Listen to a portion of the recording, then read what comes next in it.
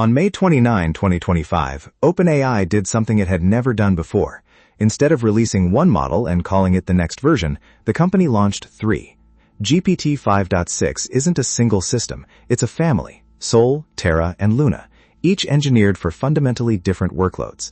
Sam Altman framed it simply: different jobs need different tools. But what's actually happening here is more significant than a product announcement.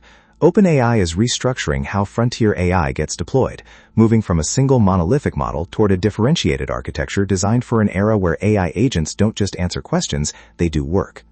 Sol is the flagship. It's OpenAI's maximum capability model, purpose-built for the hardest technical problems: multi-step coding, cybersecurity analysis, scientific reasoning, and mathematics.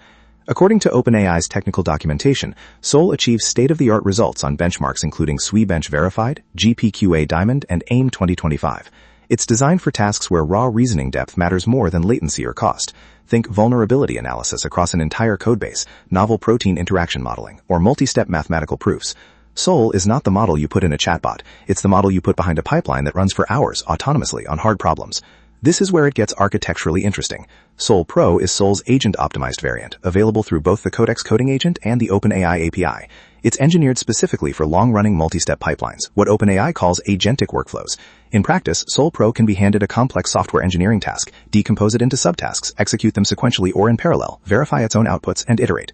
OpenAI's Codex environment provides the scaffolding: sandboxed execution, persistent context across steps, and tool integration.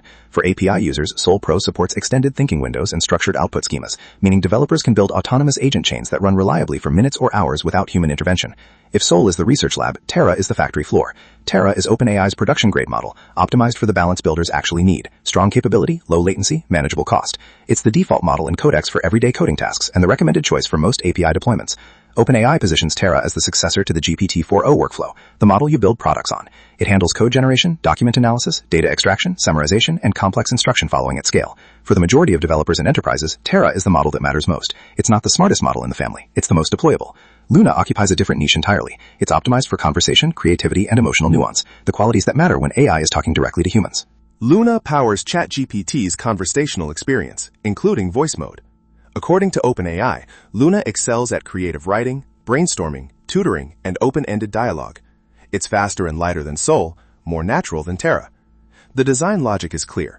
Users interacting with a chatbot don't need maximum benchmark performance.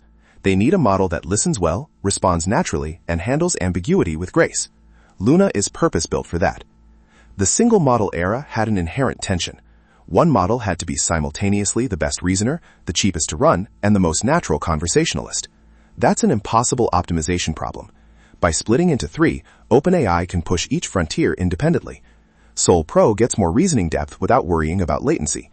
Terra gets production efficiency without sacrificing too much capability.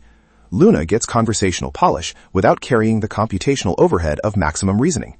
This isn't just product differentiation, it's an engineering decision. Different inference profiles, different training emphases, potentially different architectures under the hood. OpenAI hasn't disclosed whether these models share a base architecture, but the functional separation is real. For developers, the practical implication is routing. A well-designed application might use all 3: Luna for the user-facing chat layer, Terra for back-end processing and data pipelines, Sol Pro for the hardest subtasks requiring deep reasoning. OpenAI's API now supports model selection per request, making this kind of tiered architecture straightforward.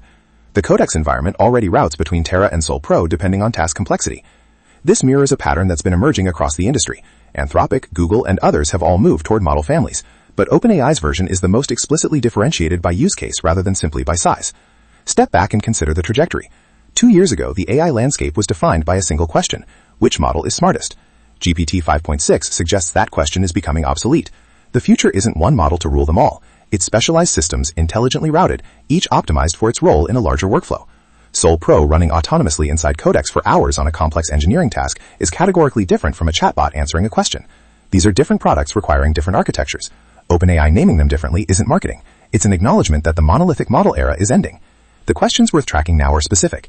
How does Sol Pro perform on real-world agentic tasks over extended runs? Not benchmarks, but actual production reliability. Will Terra's cost-performance ratio hold as demand scales?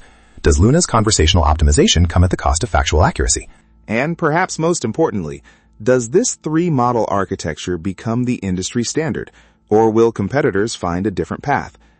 OpenAI has made a structural bet that the future of AI isn't a single ever larger model, but a coordinated family of specialized systems. Whether that bet pays off will define the next chapter of this technology.